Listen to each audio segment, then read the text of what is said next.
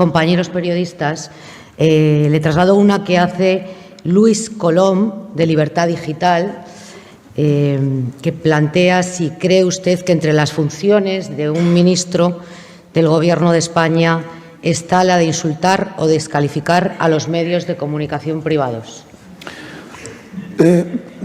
Vamos a ver, a mí me llama mucho la atención que cuando yo utilizo el sarcasmo, en este caso para referirme a ese medio de una manera jocosa, hay quien se rasga las vestiduras. Es usted ministro, tiene usted que ser ministerial, tiene usted que ser institucional, ¿no? Es tremendo, ¿no? Porque fijaos que vivimos en un país en el que hay presidentes de comunidad autónoma que llaman hijo de puta al presidente del gobierno y aquí no pasa nada. El otro día he visto al candidato de Vox en mi tierra bailando al son del hijo de Pedro Sánchez, hijo de puta, en plena campaña electoral. No digamos ya cómo se emplean determinados medios con nosotros, ¿no? Y a eso nosotros tenemos que responder de manera institucional. Es decir, nosotros tenemos que ser exquisitos, ¿no? Cuando se han roto por completo aquí las reglas de juego que durante tiempo presidieron de manera general la vida pública en este país, ¿no? Yo me niego a eso, lo siento. Es decir, yo me niego a pelear con una mano atada a la espalda mientras otros usan las piernas, los brazos y los mordiscos, ¿no? Actúo en legítima defensa y además digo, se llama medio de comunicación ya casi a cualquier cosa. Es decir, por comunicar uno no es necesariamente un medio de comunicación. Quien hace del bulo, de la mentira, de la intoxicación y de la difamación su moneda de cambio habitual, creo que llamarle medio de comunicación es un exceso. Es como llamar a Vito Quiles periodista. Lo siento, yo me niego a eso.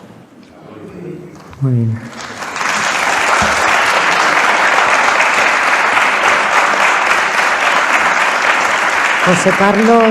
José Carlos Gallego, que es abogado y supongo que ateneísta, le pregunta si considera que la oposición destructiva que está haciendo el Partido Popular le reportará rédito electoral a dicho partido.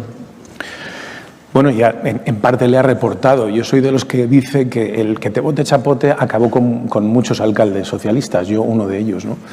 Ya le ha reportado beneficios.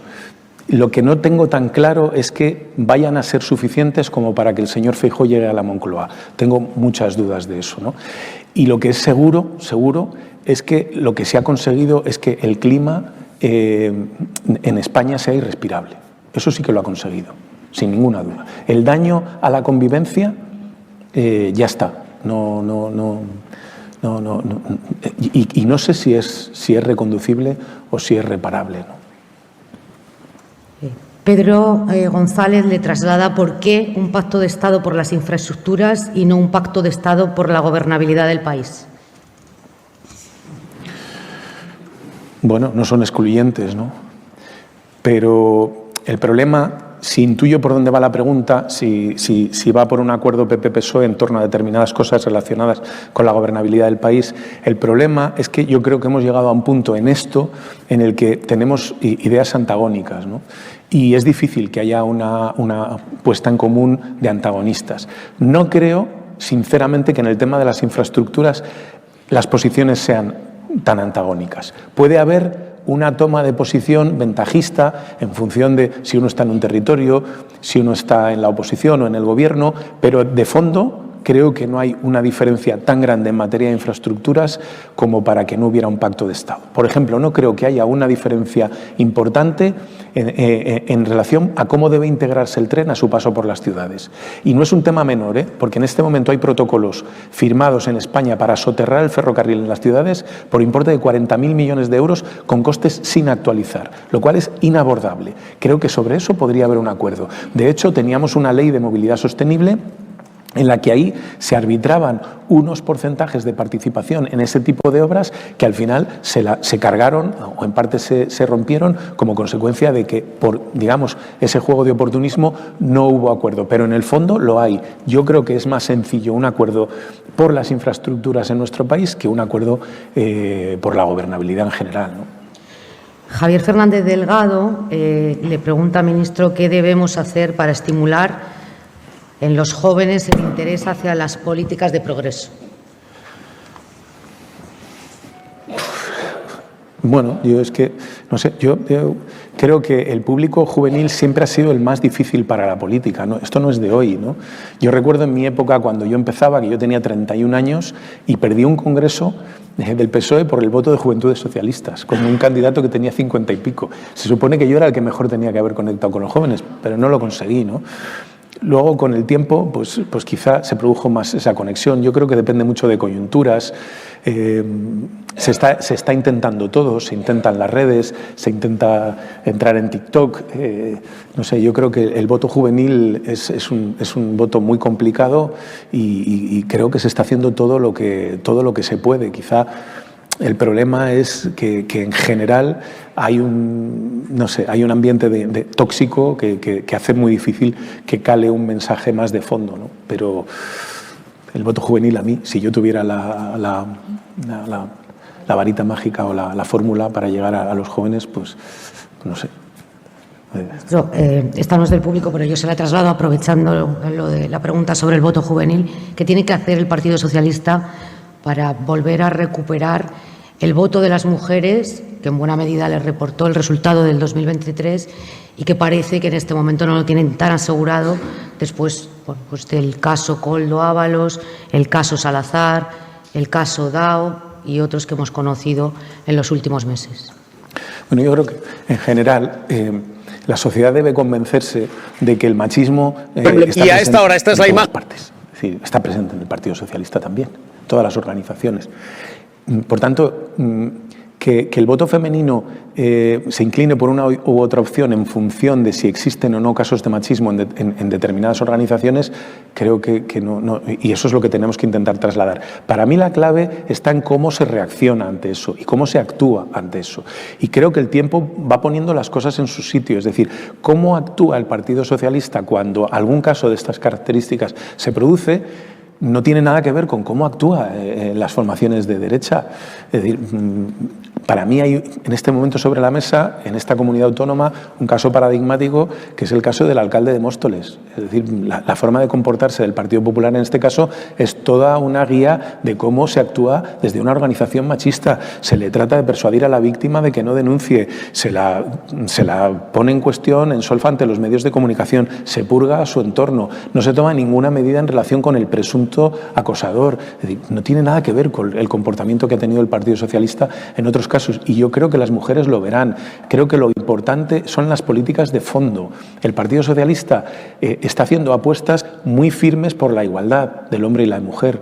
La apuesta por el salario mínimo no es una apuesta neutra tampoco desde el punto de vista de la igualdad, porque la mayor parte de quienes cobran un salario mínimo son mujeres. Las medidas en relación con la violencia de género, en fin, con la igualdad en las empresas. El Partido Socialista está desarrollando toda una filosofía de trabajo que tiene que ver con su convicción de que hombre y mujer tienen que estar en pie de igualdad. No creo que eso esté sucediendo en el caso de la derecha, ¿no? ¿De que España esté sola en esa posición más crítica contra Estados Unidos, no temen que nos pueda afectar de alguna manera? Es que esto de la soledad es un argumento que ya hemos escuchado otras veces. Recuerdo cuando tendríamos que sentarnos a la mesa de la historia, cuando el señor Aznar ponía los pies en la mesa del señor Bush, ¿no? Yo creo que lo clave no es con quién está uno, que puede ser importante, sino dónde está la razón. Y creo que España debe estar donde está la razón. España debe estar con la multilateralidad, no con la unilateralidad. España debe estar con la legalidad internacional, no con la ley del más fuerte. Yo me siento cómodo con mi país cuando está en esas circunstancias, y el hecho de estar solo o no, veremos a ver, porque esto tendrá un recorrido, cuánto dura la soledad y cuánto dura la compañía de otros, ¿no? Yo creo que lo fundamental es que uno responda con la razón, y eso es lo que creo que está haciendo el Gobierno de España, ¿no? Vamos a hablar, ministro, mucho del accidente de Adamuz, como es lógico. Ha pasado casi un mes y medio desde esa tragedia. Me gustaría saber si el Gobierno, España, saca ya alguna conclusión, alguna lección que hemos aprendido en concreto de este accidente de Adamuz.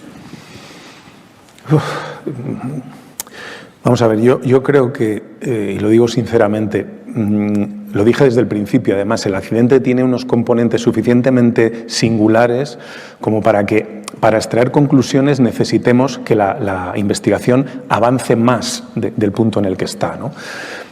Ahora mismo la tesis digamos que más fuerza tiene, porque es además por la que públicamente ha apostado la CIAF, es la de un posible defecto en la soldadura, no sabemos si en el carril, y a partir de ahí habrá que ver qué es lo que ha pasado, si se ha ejecutado mal, si se ha supervisado mal, ambas cosas o ninguna de las dos. Es decir, este es un tema tremendamente técnico. En España se producen más de 100 roturas de carril al año, sin consecuencias. En Europa, en torno a 3.000, ¿no? No es un tema sencillo. De hecho, bueno, pues ahí lo he comentado en las comparecencias públicas que he hecho, hay grupos de investigación en este momento, impulsados por la Agencia Europea del Ferrocarril, que se están dedicando a investigar mecanismos de detección temprana de las roturas de carril o de este tipo de eventos que nos permitan anticipar mejor que un carril va a romper, ¿no? En este caso concreto, además, bueno, pues todas las mediciones que se han hecho, al menos con los parámetros de seguridad que están en este momento establecidos, no nos avisan de que hubiera ninguna alarma que permitiera deducir que eso se iba a producir, ni siquiera el mismo día de los hechos, ¿no? Es verdad que sí que hay algunas, y ahí es donde quizá tengamos que extraer conclusiones o podamos extraer alguna conclusión en este momento, quizá los márgenes de seguridad haya que variarlos. Es decir, porque sí que es verdad que en algunas mediciones se detecta alguna pequeña variación que con los márgenes de seguridad actuales no anima a actuar, pero quizá eso es lo que primero haya que revisar. También digo, si eso se revisara, es decir, si los márgenes de seguridad, por ejemplo, las mediciones de las velocidades laterales de un tren al paso por un punto se redujeran, los márgenes de seguridad, entraríamos en una dinámica en la que la infraestructura tendría que ser revisada prácticamente casi diariamente en todos sus puntos, y eso no es asumible, ¿no? Por tanto, tenemos que avanzar, tenemos que ir despejando incógnitas y a partir de ahí establecer las conclusiones que sean posibles, ¿no?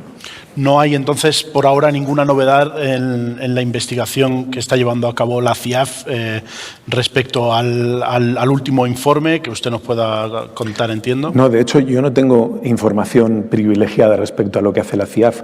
La CIAF actúa con total independencia. Mi única conversación con el presidente de la CIAF antes de que empezara todo, ¿no? Unos días después él estaba en Chile, fue para decirle que tenía obviamente toda la independencia del mundo, que pidiera los medios que necesitara y se le iban a facilitar tanto humanos como materiales, presupuestarios, lo que necesitara, y que a partir de ahí él tenía que asumir también su responsabilidad de elaborar una investigación, y no hemos vuelto a hablar, no tengo información de los avances de la CIAF.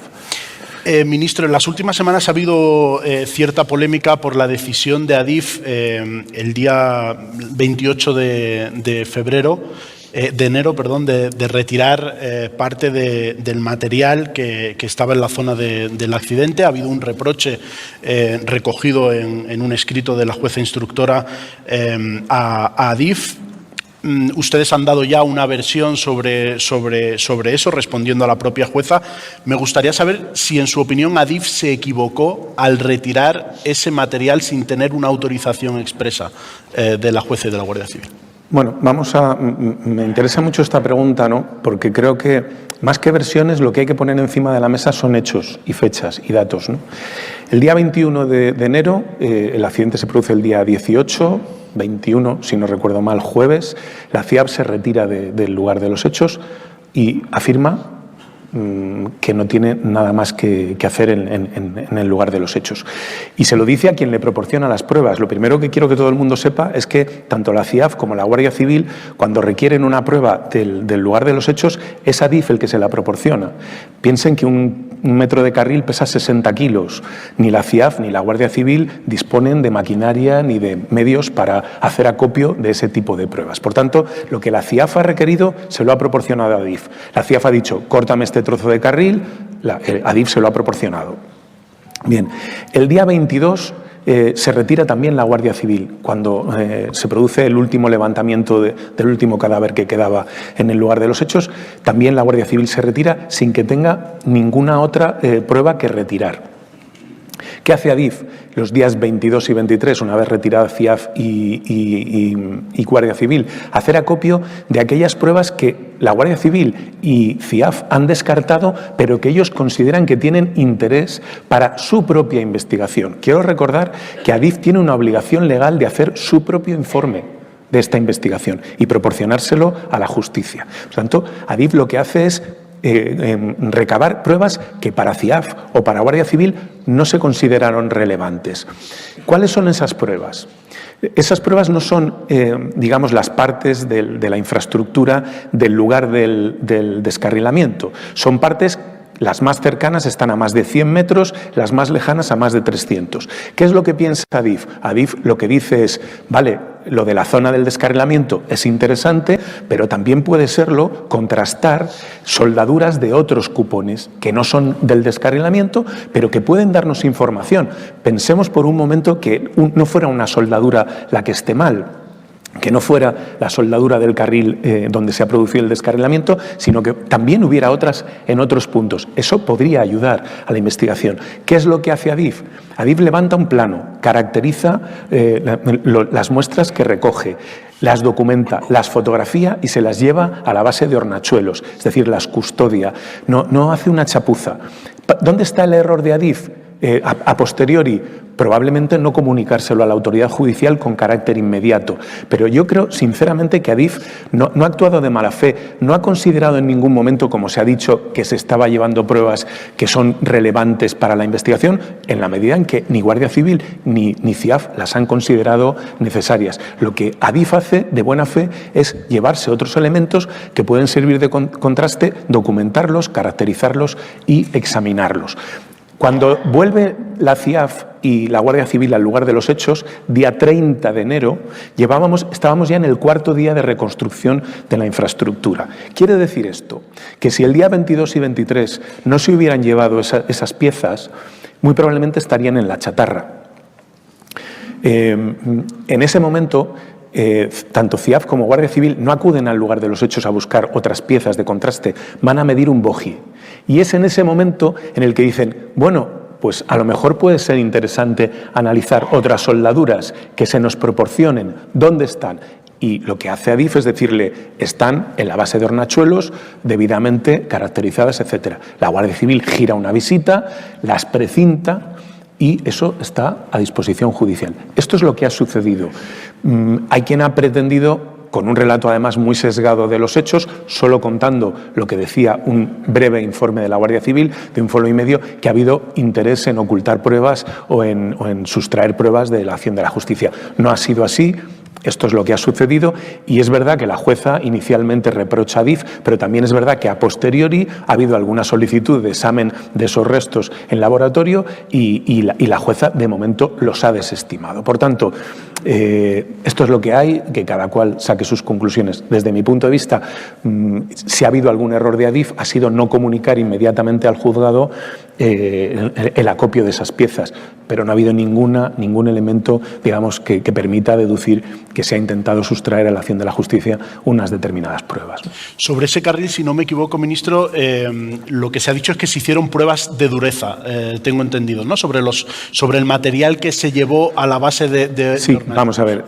De todos los cupones que se retiraron, lo que se hizo es elegir 3 o 4 y se les examinó con una prueba no destructiva para saber qué dureza tenía la soldadura y si, por tanto, esa dureza coincidía o no con la dureza exigida teniendo en cuenta la dureza de los carriles que se soldaban. Eso es lo que se hizo, que es algo además que, bueno, es una prueba muy liviana, no tiene carácter destructivo y simplemente buscaba comprobar inicialmente que esas soldaduras, al menos, digamos, el examen inicial permitía concluir que se habían hecho con los parámetros de dureza que exigía el carril que se soldaba. Vale, Lola. Buenos días, ministro. Yo quería preguntarle si no cree que la liberalización y la introducción de la competencia privada ha tensionado demasiado la infraestructura y a lo mejor habría que replantear su intensidad. No lo creo, y no es que no lo crea. Vamos a ver, España tiene una red muy extensa de alta velocidad, 4.070 kilómetros, pero países con menos de la mitad de esa red, Italia, Francia, Alemania tiene un poco más de la mitad, tienen una mayor densidad de tráfico. Por tanto, nuestra red está preparada para este tráfico, incluso para más. La cuestión, digamos, a dilucidar aquí es, primero, si el gasto de mantenimiento es el adecuado o no. Pero, insisto, separando este debate del accidente, porque este debate se abre de par en par como consecuencia del accidente, pero realmente no tiene un fundamento en el accidente. Quiero recordar que lo que se está en este momento examinando es una obra que se renovó. Es decir, no estamos hablando de una obra, de una línea muy antigua que tuviera algún defecto de mantenimiento. Estamos hablando de una línea que estaba sometida a una renovación y precisamente además en ese punto se había renovado. Es verdad que se ha discutido, pero no todo. Es que no todo se renueva. En este país, la única renovación integral que yo recuerde y de la que me hayan informado fue la Soria-Torralba, que tenía los carriles, las traviesas de madera y que hubo que levantarla entera y volverla a construir. Toda la red ferroviaria española está hecha de renovaciones parciales de este tipo. Es decir, se detecta un problema, se sustituye una parte de carril o se aborda una renovación y se eligen los elementos de la infraestructura que están deteriorados y se sustituyen o se moderniza, como por ejemplo los cambios. Lo que no se hace es reemplazar una infraestructura de manera total. Eso no se ha hecho en la historia del ferrocarril español ni en el ferrocarril europeo. Es decir, cuando se aborda una obra de renovación de alta velocidad en Italia, en Francia o en Alemania, pues se actúa de la misma manera que estamos haciendo aquí. Se reemplazan los elementos que se consideran deteriorados. A veces es el carril, a veces son los sistemas de seguridad, otras veces es la plataforma subyacente. Eso es lo que se hace, ¿no? Entonces, el debate sobre el mantenimiento es un debate oportuno, yo no lo oculto, pero hay que desvincularlo del accidente. Y desde luego también, desde mi punto de vista, no tiene una relación directa con el incremento del número de servicios que se dan al día en nuestra red, porque, insisto, seguimos teniendo una red todavía con una densidad operativa inferior a la francesa, a la italiana o a la alemana. Y también digo, en términos de gasto por kilómetro, en materia de conservación, estamos muy parecidos a Francia y a Italia. Alemania tiene un gasto de renovación por kilómetro bastante superior al nuestro, también porque tiene una red mucho más extensa y mucho más envejecida y está afrontando una renovación mucho más global, ¿no? Si tenemos en cuenta además que el coste de mantenimiento por kilómetro en España, teniendo en cuenta el coste de nuestra mano de obra, de nuestro propio ecosistema de obra pública, que es más barato que el francés, que el italiano o que el alemán, creo sinceramente que no estamos empleando por kilómetro una cantidad menor o sensiblemente menor al de nuestros, digamos, los países a los que nos tenemos que mirar, con los que nos tenemos que comparar, que son Italia, Francia y Alemania fundamentalmente. Ahora, que pueda ser necesario incrementar el gasto en conservación, pues bueno, es un debate que está ahí. Nosotros, a ver, mire, yo como ministro sin duda duermo mucho más tranquilo gastando 150.000 euros por kilómetro de conservación en la alta velocidad que 110.000. O sea, yo quien crea que es un plato de gusto despertarte con incidentes y con problemas, ya no digo de seguridad, que eso es lo peor que te puede pasar, sino de puntualidad, de eficiencia, pues es que se equivoca. Yo soy el primero que prefiero que haya más gasto de mantenimiento. Y de hecho, el acuerdo al que acabamos de llegar con los sindicatos ferroviarios va por ahí, es decir, vamos a incrementar enormemente el gasto de mantenimiento, vamos también a recuperar algunos servicios que se están externalizando. No soy yo, y ahí está mi historial, no se ha dicho, pero yo remunicipalicé el servicio de agua en Valladolid, por tanto soy un ferviente defensor de que lo público gestiona lo público mejor y, por tanto, vamos a recuperar la gestión del mantenimiento en buena medida para que lo haga ADIF directamente, pero, insisto, respeto totalmente el debate, lo puedo compartir, pero no tiene nada que ver con el accidente. Ya antes del accidente habían surgido bastantes quejas por la calidad del servicio, por la puntualidad, por este tipo de cosas. ¿Qué estaba ocurriendo o qué está ocurriendo? Ahora más, evidentemente, pero ya antes del accidente. Vamos a ver, yo creo que el sistema ferroviario español ha eclosionado desde el punto de vista del número de pasajeros, ¿no? Mucha más gente se sube al tren y nos encontramos en esto sí con una red, por ejemplo, en materia de estaciones, capacidad, etcétera, en algunos puntos, etcétera, cuellos de botella, material ferroviario rodante obsoleto, que sí, en este caso sufre especialmente cuando se incrementan los servicios. Voy a explicarme, ¿no? Y esto es algo que he contado muchas veces, ¿no? A medida que se incrementa el número de servicios, una incidencia tiene una traslación al usuario completamente distinta. Cuando se habla de la puntualidad del tren en los años 90, a principios de los 2000, claro, se parte de una premisa que no es la que tenemos hoy. Cuando había un AVE de alta velocidad Madrid-Sevilla, una línea, había 6 servicios diarios. Cuando se producía una incidencia, había un hueco de 2-3 horas entre tren y tren que permitía que eso se resolviera y la afectación era exclusivamente a ese tren. Por otro lado, hablamos de una línea recién estrenada, con un material rodante recién estrenado, y etcétera, ¿no? Hoy, en la línea Madrid-Sevilla, en el punto Torrejón de Velasco, pasan 198 trenes al día, no 6, 198.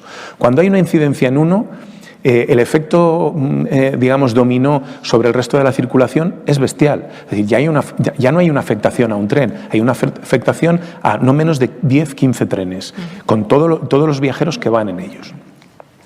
Estaciones. Tenemos unas estaciones ahora mismo infradimensionadas. Voy a poner un ejemplo. Chamartín, que estamos a punto de terminar la obra, es una estación que se remodela a partir del año 2018 con un informe, con un estudio informativo que cifraba en 10 millones de pasajeros el número de personas que se iban a mover en esa estación antes de 2040.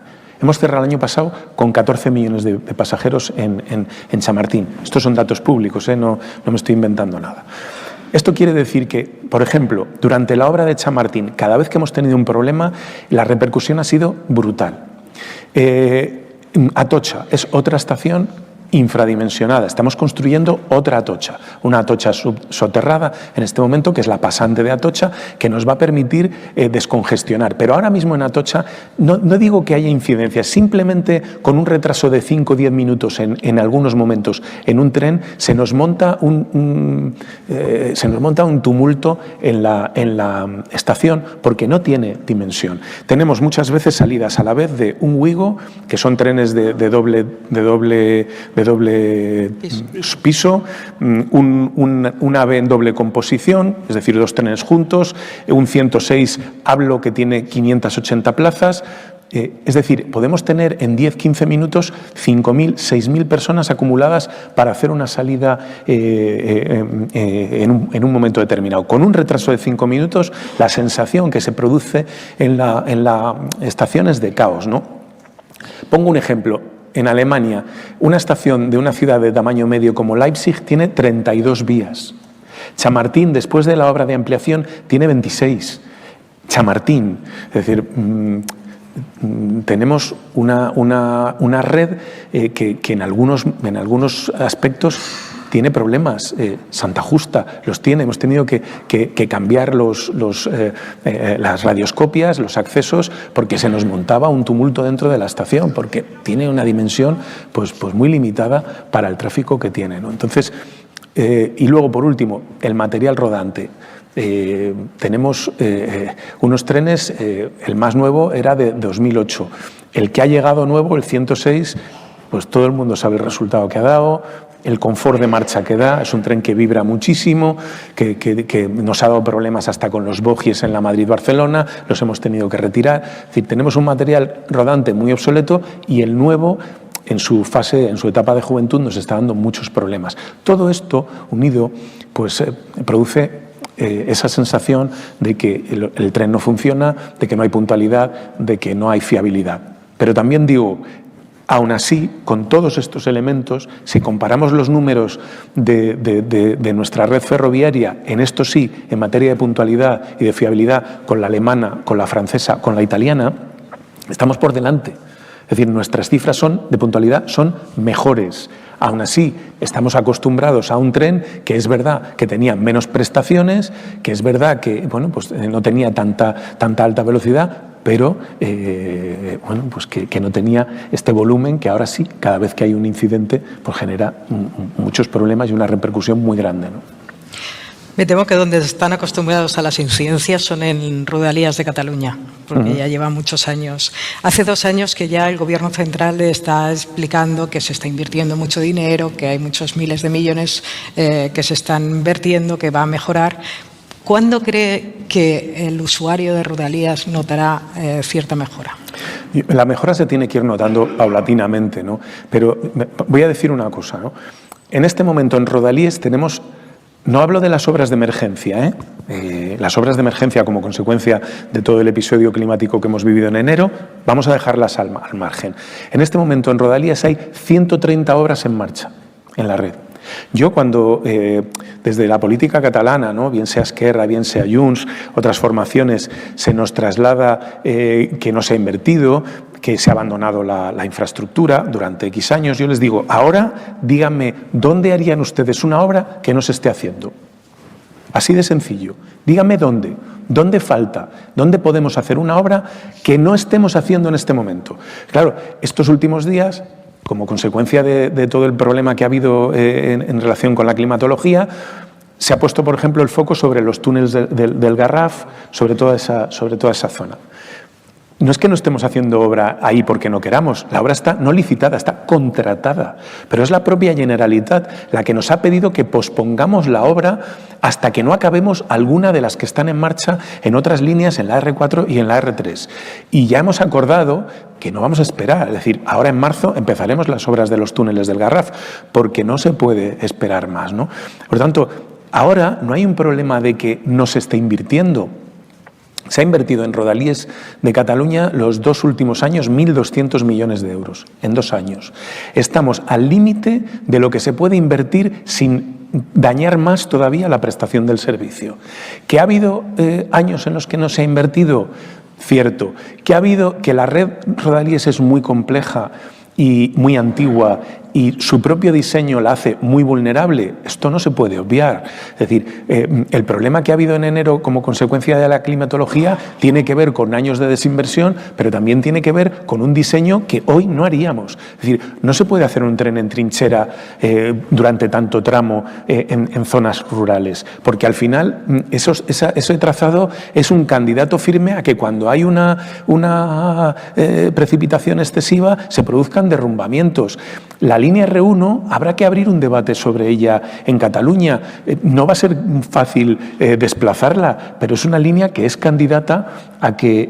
¿Cree que hay que desplazarla para explicar un poco a la gente que vamos a ver, es una línea R1 que va por la costa y que cuando hay un poco de temporal literalmente ves cómo las olas pasan por encima del tren? Claro, es una línea... Es bastante impresionante. Con el temporal de enero en Badalona desapareció una parte de la infraestructura.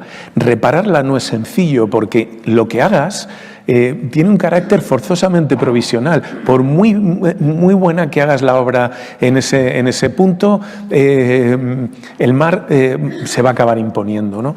Por tanto, ahí hay un debate pendiente. ¿Es fácil trasladar la R1? No, si no probablemente se hubiera hecho. No es fácil por 2 razones. La primera, porque la densidad de vivienda que hay en todo ese entorno es muy grande y si queremos trasladar la línea al interior nos vamos a topar con viviendas. No es fácil porque si la solución es soterrar la línea, pues el coste, en fin, es tremendo, ¿no? Son 40 kilómetros. ¿Qué podemos pensar? Pues a lo mejor tenemos que elevar alguno de sus puntos, tenemos que optar por un trazado elevado. Los condicionantes medioambientales para hacer eso hoy son muy importantes. Entonces, tampoco se puede cerrar los ojos a la realidad. No todo es un problema de abandono ni de falta de conservación. En parte, los problemas tienen también que ver con un diseño que es propio de otros tiempos, ¿no? Y que hoy, sin duda, no se haría, no haríamos así, ¿no?